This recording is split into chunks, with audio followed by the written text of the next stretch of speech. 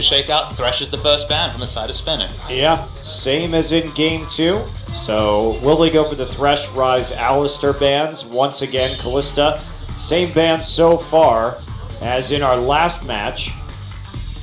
And there's the Cassiopeia. Of course, that is one of Frozen's big champions. So will the Ryze get through, however? Gragas and still Ryze up.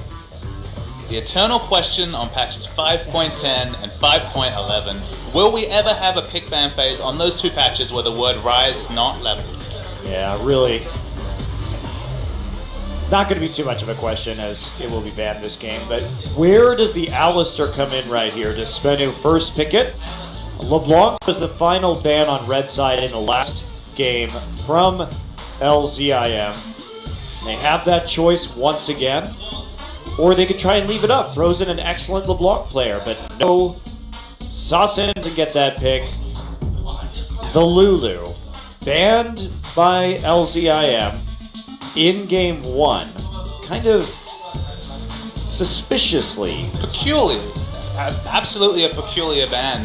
Flashing through a few options. I guess we're not sure if that is a mid lane Lulu. That's where it's been prioritized recently, but for it to be banned, they must have something special to do around it. I think that it's just because SBENU was showing a preference for running compositions around the AD carry earlier in the season, and legitimately SBENU nearly beat SK Telecom running Juggernaut. So, that said, you're thinking about that threat. SBENU should just lock in the Alistar here unless they really want that Sejuani to deal with Incredible Miracle, and there is the Alistar lock. I think, yes, absolutely.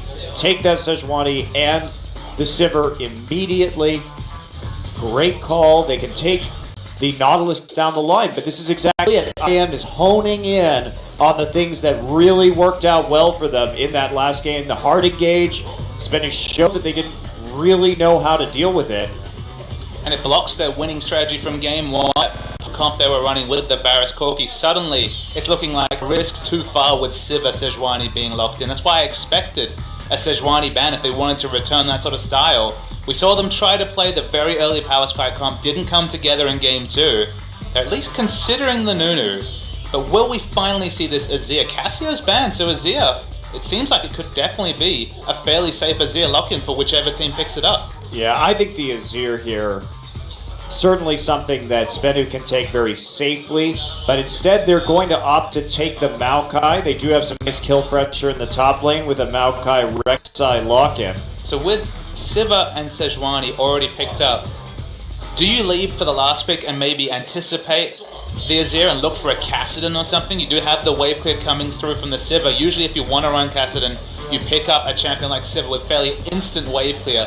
Be surprised to see a Syndra lock-in. Is Frozen a Syndra player? Oh, yes. Okay. Oh, yes, An old favorite? Yes, it's like Arrow's Draven. Frozen is definitely a in Syndra. 2015 still? Not this year. No, last year. But there's actually a very early Vladimir. Of course, this could be going in the top lane as that flex pick. I'm not a big fan of top lane Vladimir because I don't think he has the mobility to actually engage properly without Ghost, especially when he's coming in from a flank. So, not my biggest love in Champion Select, but he can split push very well. Gone are the days of the Ghost Flash Reaper top Vladimir that was a split pushing force. You're just forced to take the teleport, and as you mentioned, it kind of pigeonholes yourself. I believe it was, Distortion Boots, Ghost Flash that was the favorite, but how long has it been since we've seen a non-teleport top lane? Yeah, and of course you could still do that with Vlad in the mid lane, which is one of the reasons why he's good in that position. But the Lulu lock in the mid lane, and that will be a Juggernaut composition from SBENU. Okay, Juggernaut against what had started off as engaged, but now actually the Varus taken at last pick, so it is going to be the top lane Vladimir as you suggested. The matchup's not bad against Maokai. You can pull the Twisted Advance and pop that ability. I think that this is actually perfectly fine. This is one of those times where I'll say that I like the top lane Vladimir. Okay. You have such a strong 4-1. Plenty of peel for the Sivir and the Varus, and at least you have the Sivir to speed the Vlad up, even if you don't have that Ghost. So there are options here for the engage, and that 4-1, you've got the Nautilus and the Sejuani just to sit there as a meat shield in front of your massive poke and wave clear coming in from Sivir and Varus. Meanwhile, there's not really an option of who's going to stop this Vladimir on the SBENU roster. I think there is an option for SBENU to win this game, but it's much earlier. Rek'Sai ganking for Lulu Maokai both have advantageous mid and top lane matchups. If Catch can play around the solo lanes, which are very, very powerful, hell, maybe even bottom lane if Vivid's on the same wavelength with a Flash House to pulverize.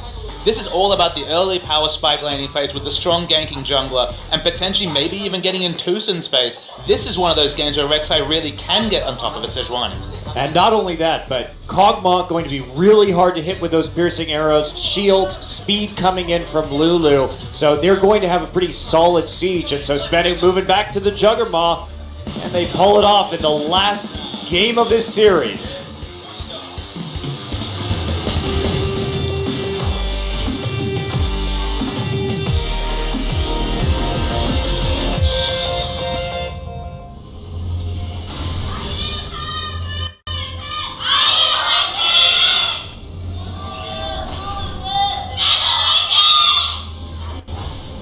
The IM fans always come through, don't you know? They're a small but loyal bunch, very boisterous. Have IM been represented in every single season of Yes. the OGN play? Wow. Been around a long time. For once, Lilac not being represented in this lineup. Is he on the bench? Yes. Thank God. Needs to be in the squad. He's the good luck charm. Well, haven't had much good luck. I mean, He's a charm. he's a charmer. Very nice guy. Good English, too. Yeah, maybe not the best top lane player, though. That's why Apple is in the starting order. A pretty interesting, and we know what interesting means after that game one. It was very interesting. It was a very interesting season, spring season for Lilac. One where he was repeatedly solo killed by Duke every time that they faced off against Najin. And by the end, IM was looking a lot worse than Samsung, despite having the stronger start to the year. Now Frozen gonna be moving into that mid lane. Apple not making any kind of moves yet. Meanwhile, will be a red buff start, it would appear. Nope. Just kidding. Sasin going to get the sapling. Glitter land clear on the little raptors. Goodbye. Feeling very giggly, Mr. Lulu. You always feel giggly as a Lulu. It's fair. She's a lot of fun. Not to play against them. Alright, so Apple going for the Raptors first. And both top laners will... What ability is he using? Is he clearing it with the Tides of Blood? He must be. How? I didn't even know you could do that. Well, he was. He's skilled, so... Does Doran's shield work on monsters? That's a great question. I actually don't know the answer to that. There's some homework for everyone to find out.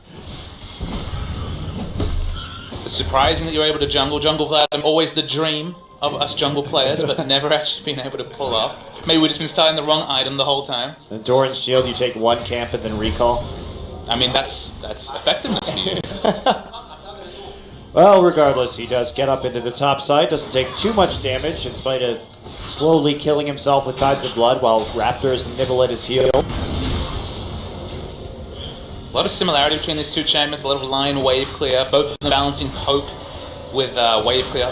Obviously, advantage early for Sasin when it comes to auto attacks in the clear, but we've also space damage from Varus' piercing arrow, just gets crazy from level 9 onwards.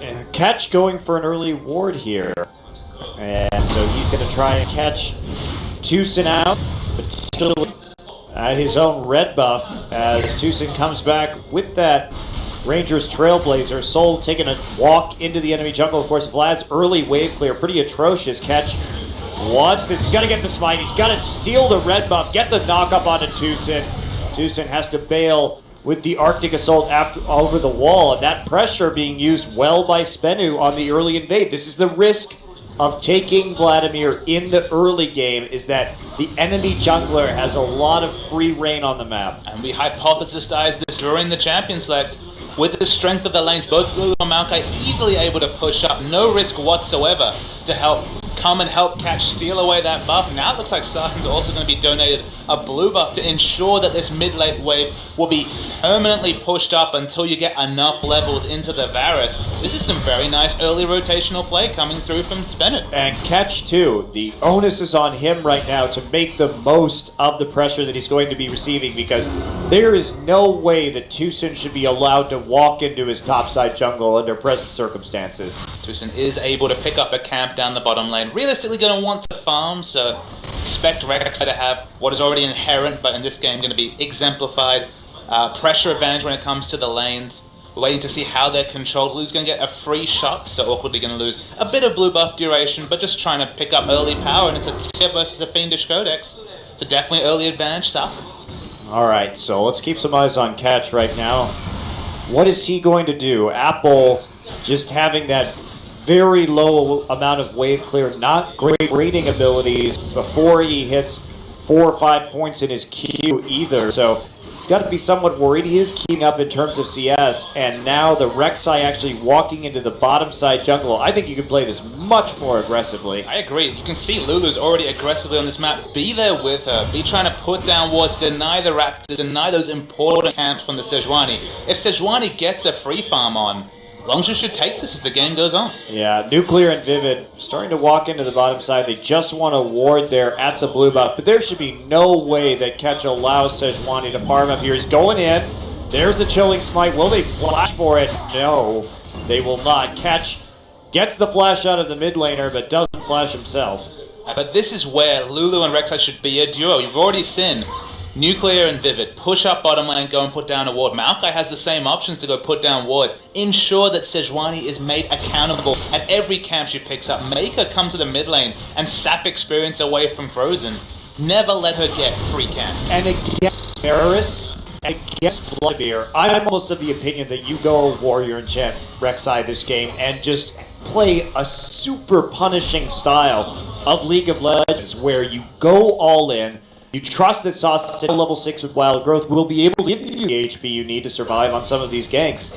And just set your solo laners up for success. Instead, there's a Ruby Crystal, and I'm sad. It's pretty disappointing to see that not enough players really open up the flexibility of the Warrior Enchant. Of course, we saw Ambition, Rocket, and the Lee Sin vs Sejuani matchup with the Warrior Enchant Lee Sin. Yesterday, we saw Watch play the Cinder Hulk Lee Sin that I know you're not a fan of, but tried to play a pure peel role. I think in this game, I agree, the late game is just so horrendous. Vladimir Sejuani in the late game is going to be just so much to deal with that double down on early game, and you're just going to have so much utility and shields in the late game to make up for the lack of early health. Well, if you can set them behind too, they won't be able to get their siege rolling. And it is not that hard to group his 5 with the Juggernaut composition, have Lulu lay down all of those buffs onto Kog'Maw and out-siege this composition. You can put down the poke as long as their power spikes have been delayed. It's been a long time since we've seen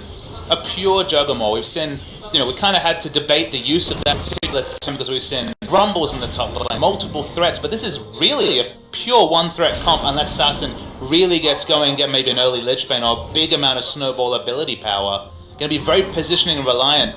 Nuclear is one of those players, along with Sarsen, that you've singled out on SBENU as maybe someone you could build this team around. Is he up for such a big task, though? Well, he was, and I think why they're going back to this is because they were so close to making it work against SK Telecom. They were so close to taking that big upset win, even if it was only a single game. And they crumbled late, but early on, they really looked like they were taking every advantage, able to use it, able to group with a difficult-to-use composition, and get the poke down they needed. So he's going to happily get through the lane phase. 9 CS behind a Sivir, but obviously not going to be a big concern. Frozen has blue buff and level 7, so now much better at being able to control the wave, although he misses, I believe, all 3 CS on the screen. Very awkward. Of course, that's when the screen has to come. Catch, actually, punishing Tucson for face-checking that brush, and will remove his ward at the same time. Another one dropped right outside of the... Oh, he's actually going to be able to get that. Oh. So close. That nails it at the end. Oh, he had a pink ward. He dropped a pink ward in the brush. Never mind. The no free camp should extend to Scuttle Crabs as far as I'm aware for the Rex side. Vivid takes a lot of damage. Raw has to walk away. She got poked out, did the Sivir. Activates the ultimate, not going to be able to get much, and Nuclear being at full health means probably going to have the wave control advantages. The second red buff. Tucson there, but Catch going to eat a chain of corruption. Apple comes in, wild growth on to Catch. Can he actually make it out? I don't think so. And that is a very important kill for Incredible Miracle as the first blood goes to Frozen. They did not apparently have enough control over the mid and top lanes to make the collapse as quickly. Soul still hanging out on the top side. But bizarre that at level 7, level 8, Lulu and Maokai respectively couldn't push up and allow a free invade for the Rek'Sai. So Rek'Sai doing her job, trying to contest and get in the face of Tucson is punished in a massive way, and suddenly going to be so much slower to actually fight for these camps that's what she needs to do in the early game. Okay, well still, Nuclear and Vivid doing a good job of turning up the heat in the bottom side at the very least. They're going to deny some camps, or some minions rather, from Roar. Ignite's picking them up, it's getting big. That'll be helpful at the very least to kind of even out in terms of that CS. I'm surprised that honestly Cog Alistar, not really a known 2v2 lane, has been able to have so much lane control, been able to push very aggressively. Obviously don't have as many instant wave clear options compared to Sivir, but I guess maybe it's just an extension of the jungle matchup. They know they haven't had any Sejuani pressure on their side, and they have to worry about Rek'Sai. Yeah, and Rek'Sai too, with the repeated invades and the fact that Tucson was having some trouble earlier on in this game, may make him play a little bit more passively, and especially now that it's Sheen and post-6 time for Kog'Maw, this is really where he shines, and the shorter range on that Sivir not going to be able to easily handle that, and if you try and go in, well, that Alistar just plays defense, and oh wow, the knock-up right there, there's the spell shield, but still the Bioarcane Barrage, nearly getting the kill. Heal will keep Roar alive. And the kill pressure is confirmed with the Phage and Shinbai that you mentioned. It's just the fact that they got there so evenly. That's the surprise to me. I expected a 15 CS disadvantage, potentially some chip damage onto the turret, but being able to free push as Kog'Maw against Sivir, I mean, we saw that wave multiple times. Whenever we walked down to bottom, it was Kog'Maw pushing in on the Sivir. And can they set themselves up for an attempt at the Dragon right now? The matchup, Apple level 9. This is going to start to push the other direction at this point as IM gets that first kill. They are even in gold due to a little bit of CS disparity, but it's mostly that kill doing all of the work right there for IM's advantage, that first blood. And will they start to shove forward? Will they start to use this power spike that they're going to have in terms of the siege? Siege and the split. We have to talk about Vladimir kind of running That's over very Maokai scary right in terms now. of the CS. Is 6 CS ahead despite only now getting level 9. Doesn't he his peak to what, level 12 or 13 when you max out Tides of Blood and have almost instant wave pushing, especially if you pick up the Abyssal Scepter. Level 5 Tides of Blood will instantly push down a wave. They've had wave control in bottom, surprisingly in this 2v2, and the re-engage comes in, but the combo, not there from Vivid. Couldn't hit it, even though the TP was coming in right now again. These SBENU teleports. But they get the Dragon, so that's something. Yes, they are, but they would have gotten it anyway, considering how much damage had already been done. The TP, unnecessary from Soul. Now TP advantage to Apple. Are they going to go for this? Vivid draws a depth charge. Hook misses. Well, they lose interest on Vivid. They must have the time, but they catch, actually. Falls down super low, but able to tunnel away. We knew that Vivid will fall down, but they don't get catch as well. One kill for a Dragon. Probably take it if you spend. I think you definitely do right now. Frozen actually, Soul coming over the wall with the flash. Sasin on the follow, and Frozen walking in a dangerous corridor finds himself the target of a twisted advance. That was actually a really sick play coming out of Soul to get that pick. Just really smart and understanding his damage potential. Now it's a kill trade and the objective, so a big win for SBENU in that particular situation. Apple going to be happy to just walk back to top. He's got the 20%. Spellvant coming through now with the Will of the Ancients, and the pressure is going to start to get to Maokai. Well, and Apple actually did use his TP in the end also. And that's just one of the things about top lane Vladimir, barring the fact that you can't take the Ghost. He's only really good for split pushing because who is afraid of a top lane Vladimir showing up in your lane levels 1 through 8? Vlad really can't do much, especially also because he doesn't have Ghost. How is he going to stick to a target? You basically have to have hard CC in that lane. If he's going to gank, I would much rather have a Maokai showing up in some of these fights, and SBENU's showing why just a little bit right there. And you'll recall in game 1, I was optimistic about the teleport home guard Rise flanks. The teleport home guard Vlad flanks, they're not even a thing. He's not able to do anything like that. Maybe with the Rylai's if it's picked up early for a bit of pick pressure, but realistically, Vlad gets teleport just so he can teleport early to help group and pick up vision and deny vision. He is not a real CC threat. You expect CC when you see those teleport home guard ganks, and just not a reality from Vladimir. So this means that Apple really has to focus on pushing this lane. Soul's still doing okay in terms of his trades with him, but Apple will get a whole lot of health back.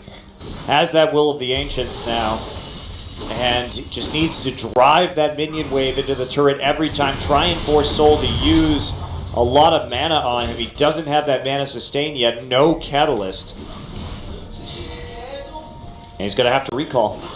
Suiting Nuclear though on the bot lane. He's getting completely ignored. Trinity Force acquired with no... I mean, the power spike's actually there. Trinity Force, but it's not even an Infinity Edge after going for that Avarice Blade as Raw. So there's a lot of power around the bottom side. It's probably why we see Rek'Sai tending towards the lane. We've already seen almost a Solica come out multiple times from Nuclear in this particular lane. So look, it's Juggermore, so you always have to check in on how powerful that Kog'Maw is. He's certainly gotten going in the early game. He has, and this may justify that Lulu ban that IM really wanted in game 1 of this series. They took out the Lulu, and now SBENU Nuclear having to flash after the depth charge. Here's the Void Rush. Ignar gets punted under the tower, but they'll back off with the Sivir ultimate.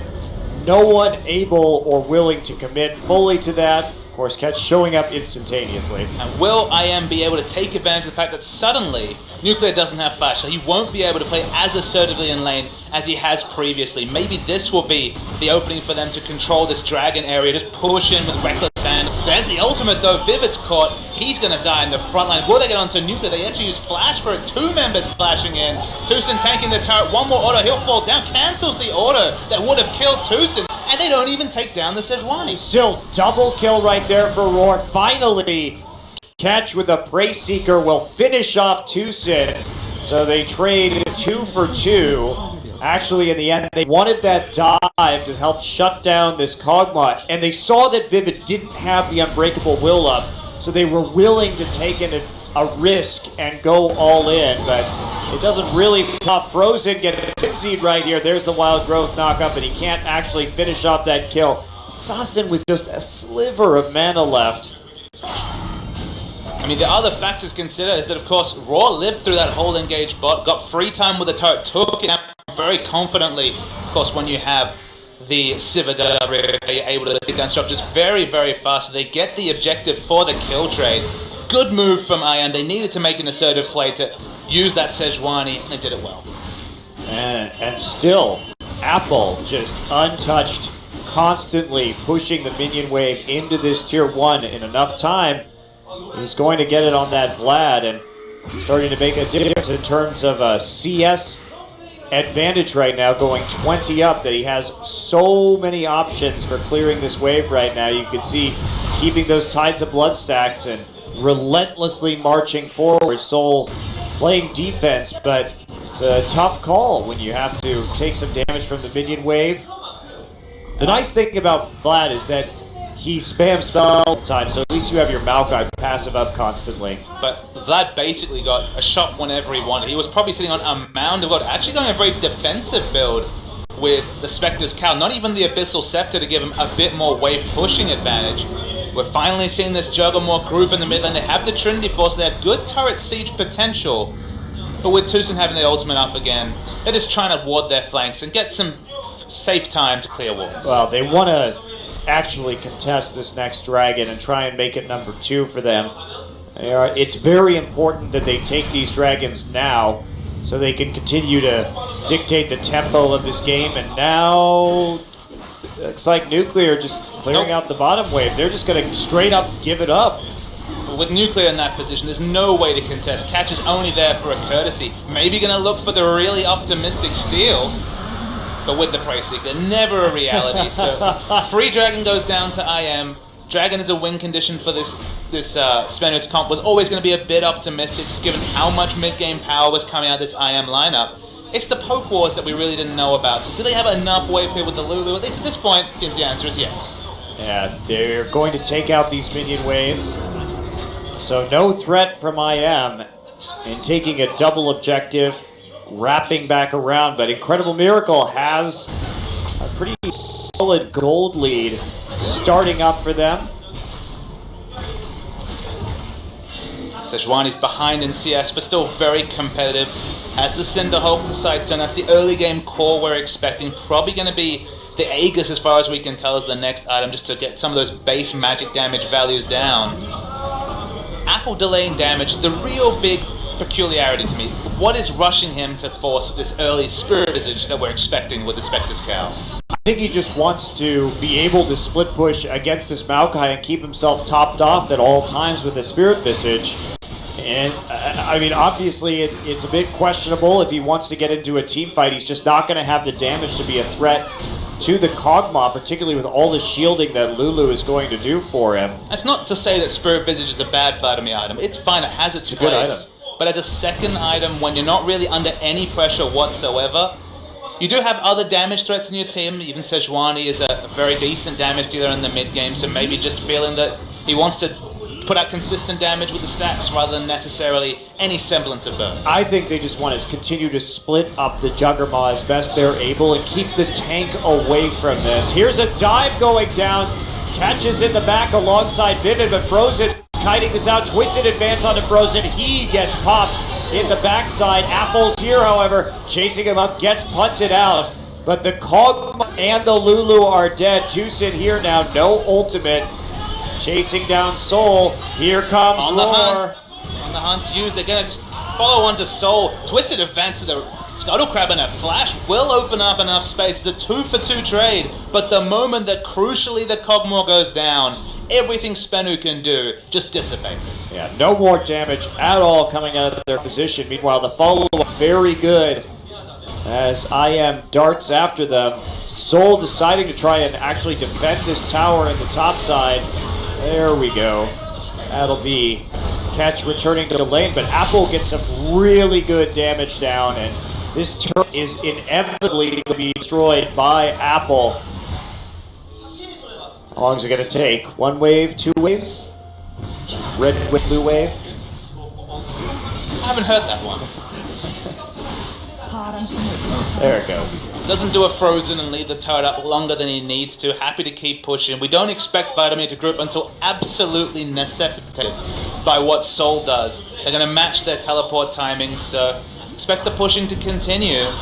We're still building to this point where Kog'Maw hits specifically his 2-item spike with the Blade of the Ruined King and is a very fearsome teamfight force, but with the consistent damage coming out of top, it's a different type of team for this Kog'Maw to deal with, and the base values and consistent damage, if they can't peel away the Vladimir, is another thing that maybe the standard Juggernaut that was so popular last season can't necessarily account for. Well, a lot of the reason why the Juggernaut fell off is that when we have a champion like Sejuani, well, you're in this weird place, whereas Kog'Maw, you have to stand in the front. Yep. And you're just going to get hit by a Glacial Prison or a Chain of Corruption, and that's it. Doesn't matter. If you can't use that Whimsy, it's going to be really, really difficult to stay alive, even through a Wild Growth, even through the shields. So it's become a lot more challenging. Here we go. There's the slow. Kog'Maw's still up, however. Unbreakable Will goes down for the Alistar. They're focusing the Alistar down anyway.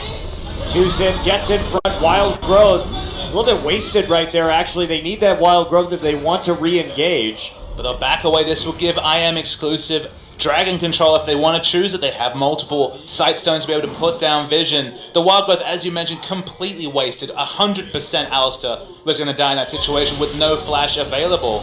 There was just no damage coming through from Nuclear. It's always the downside of the Juggernaut comps. You need to position the Cogmore at the front, not the Alistair. And you need to hold the Wild Growth for the Cogmore because you must have that ability up or else you cannot team fight. As we see Apple again engaging in that 4-1 split push. Moving forward now, they want the last outer turret. They're going to get it. Tucson shows up for the objective. You mentioned one of the central reasons the Juggernaut fell away. The other one was just the meta changed in terms of top laners. When you're against Lissandra, a burst champion, the extra health and shielding was enough to just completely negate their whole kit. When it's a consistent damage dealer like Vladimir, sure, health and shields and effective health are always going to be relevant. With the shift towards sustained damage from the likes of Cassiopeia and Vladimir have really come into the meta, it's so much harder to pull off the Juggernaut. It's also, you want those long-range pokes, right? And so when you have a high HP target or a target with a lot of sustain, sure, you can re-engage after the Bioarcane Barrage is down. The poke doesn't stick on a Vladimir like it sticks on a Lissandra.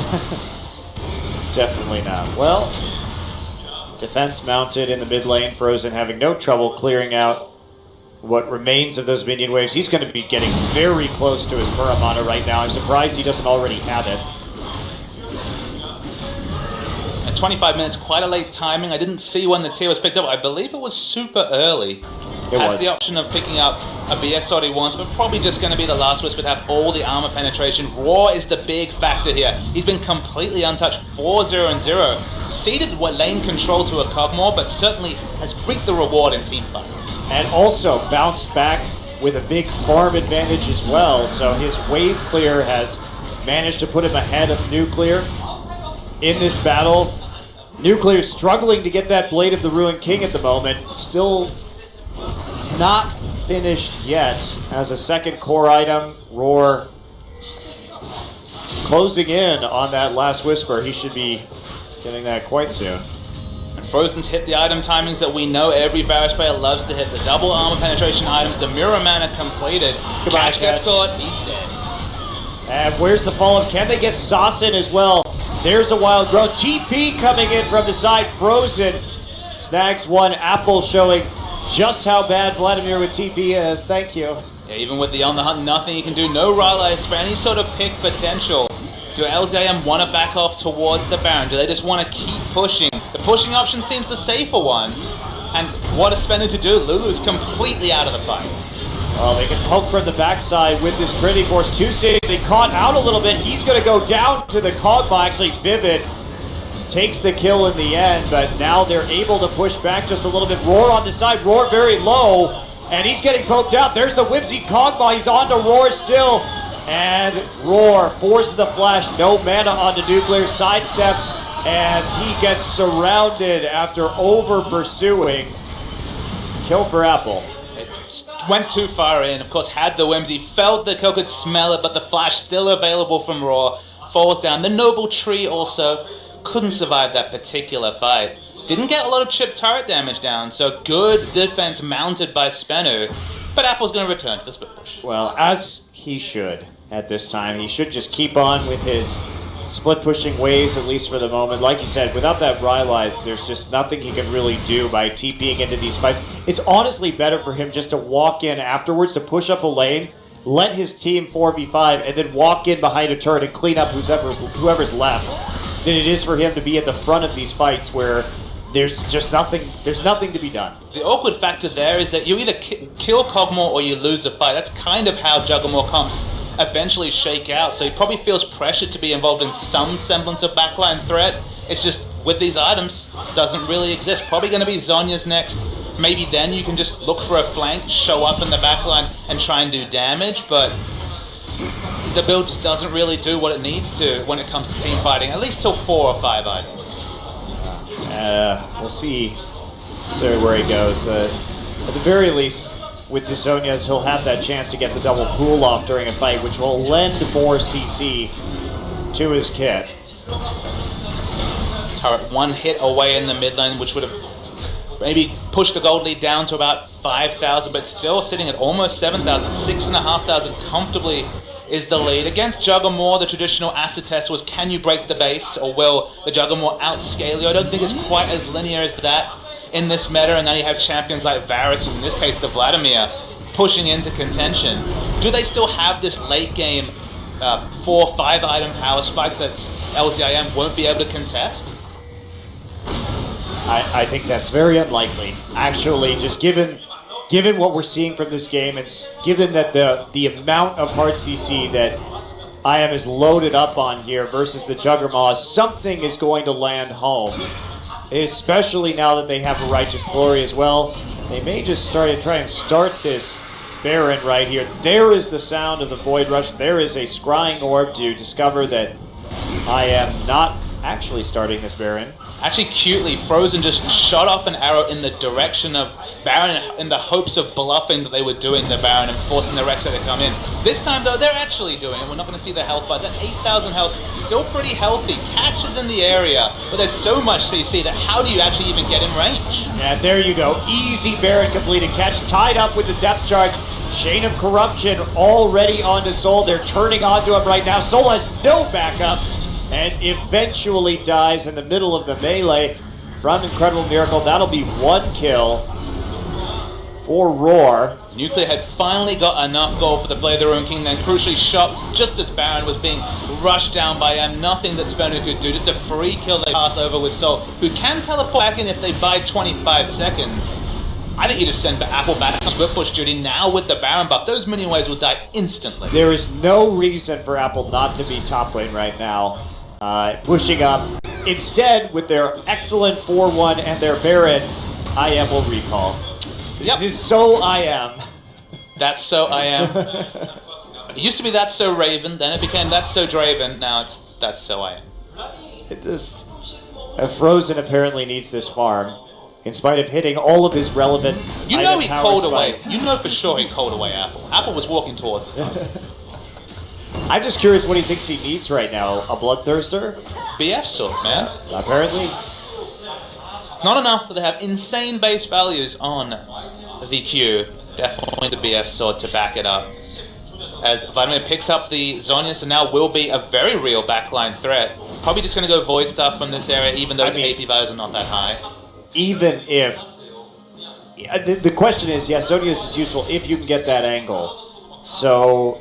After pushing forward, they give Soul some time to reverse that pressure in the top side, and very uneven lane pushing right now from Incredible Miracle. This could be, I mean, does IM just need like 2 to 3 Barons to win every single game? The evidence and the balance of evidence says yes, Monte Cristo.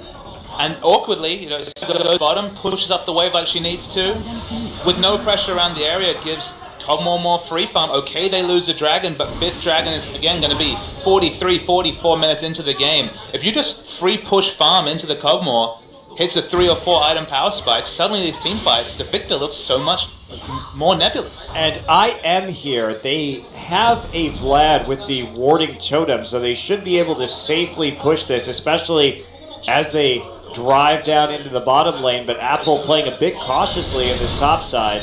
But they actually do cut through the enemy jungle, obviously not really respecting any wards or pick potentials. They get to these objectives much faster, they pick out and out a turret. Okay, good work, IM. At the same time pushing in the top wave. So far, so good. It's just, they love picking up a small advantage, then just backing away. Or bouncing from lane to lane where the waves are just not prepped right now. Looks like they're going to walk all the way across the map to take a blue buff. This is such awkward sieging from an exceptionally good 4-1 split push composition from Incredible Miracle. I guess not too surprising though, given their unfortunate lack of pedigree when it comes to map movements, definitely not being at all their strong point. Pushing into the mid lane, they could be doing some turret damage here. Raw's respecting a lot. Finally does start free ordering. They get the turret and they can back away. Can they transition this into anything else? A lot of the other waves have been cleared out. The Baron buff is now gone. Wow. So 2 towers off of a Baron here at 30 minutes. Hey, the 3rd dragon also. Fair enough. Fair enough. Yeah, it's not breaking the base, and A lot's changed about League of Legends since Ku Tigers, or at the time Huya, popularized the Juggernaut comp. But yeah, not breaking the base does open up windows for this Coven War to get strong enough. Last Whisper will be the next pickup. Still probably not going to be doing a lot of relevant damage to either Vladimir or Sejuani with just that item. If there is an Infinity Edge, it seems like there might be a chance for the Juggernaut. With perfect positioning from Nuclear, I agree, but we've also seen that Sasin is having trouble designating the right targets for his abilities in some of these fights, instead just showering them upon Vivid, whether he needs them or not. Yep, that's true. I got nothing. Well, I just dreamed the dream of an IM team that knows how to play around sideways. wow. Well, may not happen for you this season. And will they learn how to siege this tier 2 as well? Again, they can siege it so well with threatening Sejuani around the back, and they don't have to take much poke here. They could even have Roar in the front and move both Sejuani and Varus around the backside because they have so much disengage between their two ultimates. Vladimir could auto the turret right now, but isn't. Teleports come in from Maokai, has the home guards, are looking for a pick, but Civ is too fast, he can't get onto the back line. Vladimir's pushing down a turret, but instead kind of awkwardly moves between mid lane and bottom lane, not getting any turret damage down. They're in the perfect spot here. Get turret damage down if you're Vladimir to justify again another poor teleport. You can TP if things start to go badly. Catch coming in, he's got to get the knock-up. There's the TP from Vladimir. Vivid in the middle getting a big knock-up. And look at the Hemo playing on the back line from Apple. Apple just going nuts as the team commits to that engagement. Double kill for Frozen. Ace courtesy of Roar. And now they get the fight they needed. And Apple could have waited for that one on the last one as well. They still get the big team fight victory and they push forward. They should be able to take the game. Yeah, look, they had to wait for an engage from the enemy team, so not proactive play once again, but at least they were smart in returning the Vladimir bot, forcing in an engage from the Rex side that could only go poorly. They're tanking it up a lot. Well, not that late in the game, but with 4 members, they should be able to finally finish out this series after what was a very dire straits for them in the middle of game 2. Yeah, barely eking this one out. 2 seconds left on Nuclear. It's not going to be enough. There's the GG. IM wins the series 2-1. Just snatches it out right at the end. I'm glad to see a decisive team fight at long last, but man, IM, they really have to learn a lot about that juggling act in terms of turning on the heat and closing a game. And familiar problems reared their head for IM. Very much the same IM that were narrowly pipped out by KT Rolster, finally overpowering a SBENU line. It's going to be happy to reach their first victory. The Juggernaut, it didn't work. The mid-game comp in game 2 didn't work either. The moment that IM moved towards the Sejuani, moved towards the hard engage, SBENU just didn't really look like they had a window in winning a game. Yeah, that's right. Well, there